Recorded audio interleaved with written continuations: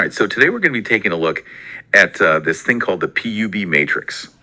It's this framework for figuring out if like your product is ready to go international. And it was developed by this company, MTW Group USA. They're like these global business experts. And what's really interesting about it is that they make it sound pretty simple. They actually compare it to like choosing a beer at a pub. Yeah, it is kind of brilliant how they take something that can be really complicated, going global with your business, and make it into this framework that's easy to understand and can really give you some good insight. Yeah. You sent me some of their stuff to look at too, so I'm excited to like dive in and see how this PUB matrix actually works. Okay, cool. Yeah, let's break it down. So PUB stands for price, uniqueness, and brand. Those are like the three key things that they say are important for global success. And they use this pub analogy where each type of beer is kind of like a different approach to the matrix. So like imagine you're walking into a pub and you're trying to decide what to order. So first you got price, which is like that basic draft beer. It's familiar, refreshing, and it's not going to like break the bank. Right. That's kind of like the essence of a price strategy, they're saying. Yeah, and it's not just about being like the cheapest option out there. It's more about being strategic with your pricing, knowing your market really well, and making your product the obvious choice for people who are, budget conscious. Yeah, so it's like your go-to beer, the one you can always rely on. It's not super fancy, but gets the job done. Now, on the other side, you have uniqueness. And they compare that to like a craft beer that has a really unique flavor. Or maybe it's brewed in a special way. And this is all about figuring out like what makes your product stand out from the crowd. Yeah, it could be like an innovative feature or like a special way you make it, or even like some new technology you're using. But the important thing is that it's something your competitors don't have. Like when you see that craft beer on tap and you're like, whoa, I got to try that one because it's different. Right, okay, starting to get how this analogy works. So we've got price, like that dependable beer, and then uniqueness, that's more like the adventurous pick. Well, what about brand? What kind of beer would that be? Brand is that beer with the iconic label that you always order because it like reminds you of something good. It's the beer that's built this loyal following because of the story behind it, the way it looks, and just that emotional connection you have with it. You might pay a little more for it, but you're happy to because of what it represents. So it's not just about the beer itself, it's the whole image and the feeling you get from it. MTW Group actually gave some really good examples of companies that have nailed these PUB elements. Like Coca-Cola, it's kind of hit all three, wouldn't you say? Oh, for sure. They have that low price point. Their secret formula makes it seem unique. And everyone in the world knows their brand. They actually mention Coca-Cola's brand value in that material you sent. It's almost $80 billion, which is insane. But that just shows how powerful a strong brand can be. Wow, 80 billion. That's crazy. But you're right, it's not always about hitting all three of those elements. Sometimes just being really good at one or two is enough to make a big impact. Like what about a company like Apple? They aren't exactly known for being cheap, are they? But they've definitely mastered uniqueness and brand. Yeah, totally. Apple products are seen as aspirational, because of how sleek they look and all the cool features they have. They've created a brand that's like synonymous with high quality and exclusivity. So they can charge those high prices even though they're not competing on price. It's like they've created their own little world within the market for people who really value those things. Then there's Tesla. They're all about uniqueness. I mean, they're disrupting the entire car industry with those electric cars and that crazy technology. Yeah, and it's been working really well for them. They've focused on doing something completely different and innovative, and that's what's driving their success. They're not trying to be the cheapest or even the most well-known brand. They're just focused on being the leader in electric vehicle technology. And then on the other hand, you have like made in China. Their whole thing is price. They've basically flooded the market with affordable products, so they're a big player in tons of categories. Yeah, they're what we call a category killer because of how much they dominate on price. They can just undercut brands that are more well-known just by offering lower prices. It's a really effective strategy, especially because a lot of people around the world care about affordability. That makes sense. So we've got companies that are all about one element, some that are really good at two, and then those rare cases like Coca-Cola that managed to nail all three. I wonder, are there any companies out there that are good at all three? Actually, MTW Group does have a couple good examples in their material. One that comes to mind is IKEA. IKEA, you mean that place with the cheap furniture and those crazy showrooms that are like a maze? What makes them unique and a strong brand besides those instruction manuals that are like impossible to understand? Well, for one, their flat pack concept where you have to assemble the furniture yourself, it's definitely a unique design element and it's become a big part of their brand. Plus, their catalog is like a cultural icon at this point. They've really cultivated a specific brand identity. Oh, yeah, that's true. I always end up grabbing one of those catalogs, even if I'm not planning on buying anything. Yeah. They definitely have that brand thing down. They also mentioned Zara and H&M. They definitely fit into the price category because their clothes are pretty cheap and trendy. But what about uniqueness in brand? They've gotten creative with it. They do collaborations with famous designers and celebrities to create limited edition collections. So it creates buzz and makes people feel like they're getting something exclusive. And they have a strong brand because they're everywhere and they're really good at marketing. So it seems like any company, big or small, could potentially make it big globally if they could just nail these three things. Is that what MTW Group is saying? Yeah, I mean, that's the beauty of the PUB matrix. It gives companies a roadmap to figure out their strengths and weaknesses, and then develop a plan for entering the market and succeeding globally. It doesn't matter how big they are or what their current market presence is. This is all super helpful information. But how do companies actually use this matrix? You know, like it's one thing to understand it, but how do you actually put it into practice? Well, that's where it gets really interesting. So how can a company actually use this PUB matrix to get into a new market? Well, the material talks about a few steps they can take. For example, when it comes to price, they say it's really important to find what they call sentinel products. Sentinel products. Yeah, basically they're like your benchmarks, key competitors in the market you're trying to enter. You want to look at their pricing strategies and see what they're doing. Oh, so you're not just setting a random price. You're actually looking at what other companies are already charging. I like But that. it's like scouting out the competition before you even get started. Exactly. It helps you figure out where you fit in, Yeah. do you need to offer a lower price than your competitors? Or can you justify charging more because you're strong in other areas like uniqueness or brand? Right. That makes sense. Speaking of uniqueness, let's talk about that a bit more. How does a company figure out what makes their product special? Or even create that special something if they don't already have it? Well, it takes some creativity. They need to ask themselves, what problem does my product solve better than anything else out there? Or what unique feature can I offer that no one else has? Yeah. And if they don't have that unique edge yet, they've got to be willing to get creative and come up with something new. Yeah, that's a good point. It's not just about knowing what's good about your product already. It's about actually trying to make it even better or come up with something totally new that makes you stand out. Exactly. And once they figured out that uniqueness, they need to tell everyone about it, but not just anyone. I see where you're going with this. It's got to be the right audience, right? It's not enough to just say you are unique. You got to prove it to people who will actually care and understand. Right. Think about like industry magazines, reviews from experts, or even those technical reports. Anything that makes your product look like the best solution for a specific problem. That makes sense. You got to show people why you're special, not just tell them. Okay, so we've talked about price and uniqueness. Now let's get into brand. Building a strong brand, especially in a new country, can be really tough. What are some of the things companies need to think about? Well, telling a good story is super important.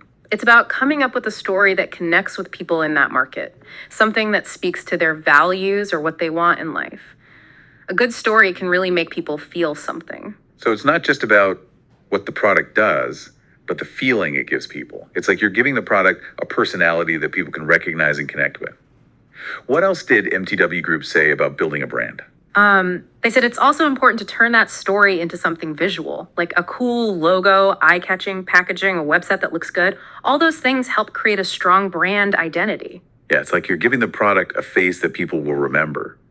But what about keeping that brand identity strong once you've created it? Consistency is key. Every time someone interacts with your brand, whether it's through an ad or talking to customer service, it should reinforce that same brand identity. So everything has to match from the big stuff to the small details. It's about making sure everyone has the same good experience with your brand. But let's switch gears for a second and talk about our listener. How does understanding this PUB matrix help them?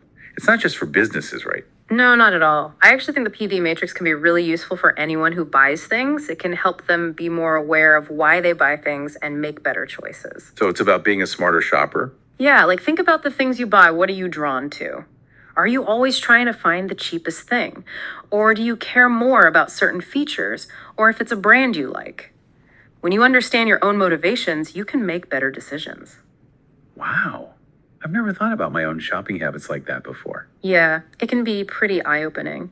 And it can even help you make more sustainable choices. Like instead of always buying the cheapest thing, you might decide to buy something that's more durable or comes from a company that's ethical. It's about understanding that different approaches have different value. So the PUB matrix isn't just about making as much money as possible. It's about making choices that you feel good about and that are good for the world. Totally. It's about knowing the pros and cons of different choices and choosing products that benefit you and everyone else. I really like that. We've talked a lot about the theory behind this PUB matrix, but I'd love to see some real life examples. You know how companies actually use this to be successful? Well, the material you sent has some really interesting case studies. For example, they talk about how this high-end Italian pasta maker was able to break into the US market, which is super competitive. Pasta? How did they make pasta stand out? It seems like such a basic thing. Yeah, but that's what's so cool about it. They didn't try to compete on price or even brand recognition. They focused on what made their pasta unique. Like the really high quality ingredients they use, their traditional way of making it, and the unique flavors and textures they were able to create. They basically turned pasta into a fancy experience. So they took something ordinary and made it special. Something that people would be willing to pay more for. Yeah. That's brilliant. They found their uniqueness and made it their whole thing. Exactly. And that's the power of this framework. It encourages companies to really figure out what they're good at and use that to stand out in the global market. But it's not just about finding your niche, it's also about finding the right customers. Right? You could have the best product in the world. Yeah. But if you're not marketing it to the right people, it won't matter. So how did this pasta company make sure they were reaching the right people? They were really smart about where they sold their pasta. Instead of trying to compete with the big brands in every grocery store, they focused on high-end stores and fancy restaurants. They presented their pasta as a premium product for people who really care about good food. They even worked with famous chefs to create special recipes to show off how versatile their pasta is. That's a really good strategy. Yeah. By working with those big names in the food world, they gained credibility and got their product in front of the right people. Exactly. It's about finding those strategic partnerships and using them to your advantage. And it's not just about where you sell your product, but also how you talk about it. You have to explain why your product is unique in a way that resonates with your target audience. So the message is just as important as the product itself. It's about connecting with people on an emotional level and making them feel like they need your product, even if they didn't know they needed it before. Yeah, you got it. That's where branding and storytelling are so important. It's about creating an experience that's bigger than the product itself. Okay, so we've seen how the PUB matrix can help businesses. But what about regular people? Can they use it too? It's not just about choosing pasta, is it? No, definitely not. You can use the PUB matrix for all sorts of decisions, not just buying things. Oh, I see what you mean. It's like a way of thinking, a way to look at your options and make better choices. Yeah, exactly. Could you give us an example of how this might work outside business? Sure. Let's say you're trying to decide between two job offers. One job pays more, but it's not as interesting. The other job pays less, but you'd get to work on something you're really passionate about. That's a tough one. How would the PUB matrix help you decide? Well, in this case, you can think of price as the salary and benefits. Uniqueness could be your skills and experience. And brand could be your reputation and the people you know in your field. So it's about figuring out what's most important to you. Is it the money or is it the experience and the connections you'll make? Exactly. The PUB matrix can help you figure out your priorities and make a decision that you feel good about, and that helps you reach your goals. That's awesome. It's like using the same strategic thinking in your personal life. But are there any downsides to this framework? Is the PUB matrix always the best way to make a decision? Well, it's a really helpful tool, but it's important to remember that it's not perfect. Like any framework, it's not a one-size-fits-all solution. So it's not magic. When might the PUB matrix not be the best approach? It can be a little too simple in some situations. Especially when you're dealing with really complex products or services, you have to consider all the different parts of your business and really understand the specific market you're trying to enter. So you can't just rely on the PUB matrix alone. You need to do your research and know your target audience really well. Yeah, for sure. The PUB matrix helps you understand the basics, but you still need to do your homework and tailor your approach to your specific situation. So it's a starting point, not the finish line. You have to build on it, adapt it, and make it your own. Exactly. And it's important to remember that the market is always changing. What works today might not work tomorrow. That's true. So you have to be flexible and be ready to change your strategy. You can't just make a plan and never change it. You have to keep watching the market, seeing what your competitors are doing, and make changes when you need to. Exactly. It's about being proactive and responding to the changes in the market. This has been a really helpful conversation. I'm starting to see how the PUB matrix can be useful for businesses and individuals. But thinking about everything we've talked about so far, what stands out to you as the most important takeaway? For me, it's that you don't have to be good at everything to be successful. Oh, that's interesting. Can you explain what you mean? Sure. Like all the examples we've talked about show how different companies have been successful. By focusing on different parts of the matrix, like Tesla, they're not worried about being the cheapest or the most well-known brand. Their strength is in their uniqueness, and it's obviously working for them. Yeah, that's a great point. It's about knowing what you're good at and focusing on that. Exactly. And I think that's a really encouraging message, especially for small businesses. You don't need to be a huge company with tons of money to compete globally. You just need to find your niche and be the best at what you do. It's like finding your superpower and using it to take over the world. I love that. Yeah. It really captures the idea of the PUB matrix. So it's not about being good at everything. It's about being really good at one thing. Exactly. And that expertise combined with a good plan and a deep understanding of your market can help you succeed globally. This has been such an interesting look at the PUB matrix. We've talked about the main ideas and seen how it works in the real world. We've even talked about how you can use it in your personal life. But before we wrap things up, I want to go back to that Italian pasta maker for a second. Oh, yeah. A great example of a uniqueness strategy. They took something as simple as pasta and turned it into this premium experience that people wanted. But I'm curious, what were some of the challenges they faced? Getting into a new market is never easy, especially in the food industry. You're right, it's almost never smooth sailing. One of the biggest challenges they had was changing how people think about pasta. People are used to buying pasta for cheap, so it was hard to convince them to pay more for a specific brand. So how did they do it? They had to be really careful about how they talked about their pasta. They focused on highlighting what made their pasta special, the high quality ingredients, the traditional way of making it, the unique flavors and textures. They basically had to teach people that pasta could be something different. It's like they were creating a whole new category of pasta. Instead of competing with other pasta brands, they were doing their own thing. Exactly. They knew they couldn't win by just being cheap, so they had to tell a compelling story that made them stand out. And they did that by targeting people who value quality authenticity and a unique food experience. It's awesome to see how they used uniqueness to succeed, even though people are usually sensitive to the price of pasta.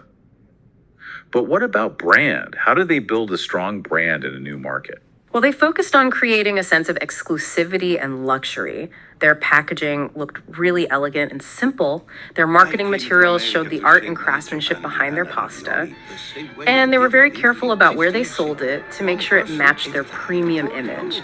They didn't try to appeal to everyone. They targeted a specific type of customer, someone who appreciates the best things in life. So it's not just about having a good product. It's about creating a brand that represents values and aspirations that your target audience connects with. Exactly. It's about creating a brand that tells a story that resonates with your ideal customer. This has been such a fascinating deep dive. We've explored the PUB matrix from different angles, from its core principles to real-world examples. We even saw how it could be applied to personal decision-making. But before we wrap things up, I'd love to hear your final thoughts on this framework. What's the one thing you want our listeners to remember? I think the biggest takeaway for me, and we've sort of talked about it throughout this whole deep dive, is that keeping it simple and really powerful. You know, the PUB matrix? Right. It takes this thing that seems super hard, like expanding your business globally, and breaks it down into these like manageable pieces that you can actually work with. It gives you a way to make smart decisions, whether you're like a big time CEO or just starting out. Yeah, and what's really cool is how those different pieces can like work together. Yeah. We talked about Apple, how their strong brand and uniqueness let them charge those high prices, even though they're not the cheapest. Yeah.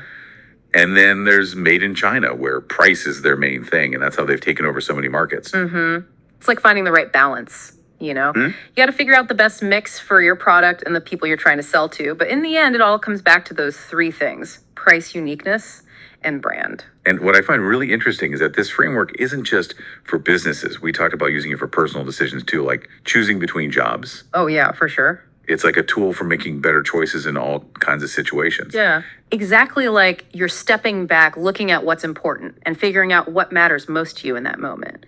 Are you more focused on price, or is uniqueness and brand more important? Right. It's all about being intentional with your choices.